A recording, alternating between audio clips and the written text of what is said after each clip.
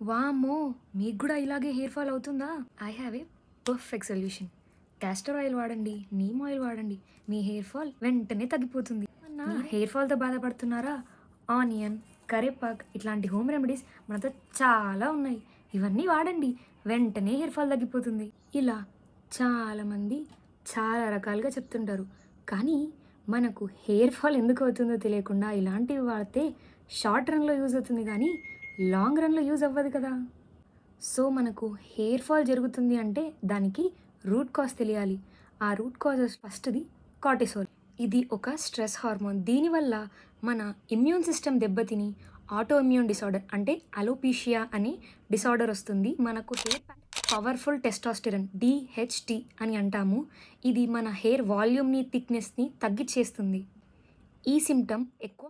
థర్డ్‌ది insulin. ఉమెన్‌లో male hormones అంటే androgens ఎక్కువ రిలీజ్ అయ్యి మనకు పీసీఓడీకి దారితీస్తుంది. Fourth hypothyroidism. థైరాయిడ్‌లో ఉన్న మెయిన్ ప్రాబ్లమ్ మన లివర్ ఆర్ గాల్ బ్లాడర్ సరిగ్గా ఫంక్షన్ అవ్వలేకపోయి థైరాయిడ్ హార్మోన్స్ లాగా కన్వర్ట్ అవ్వలేవు.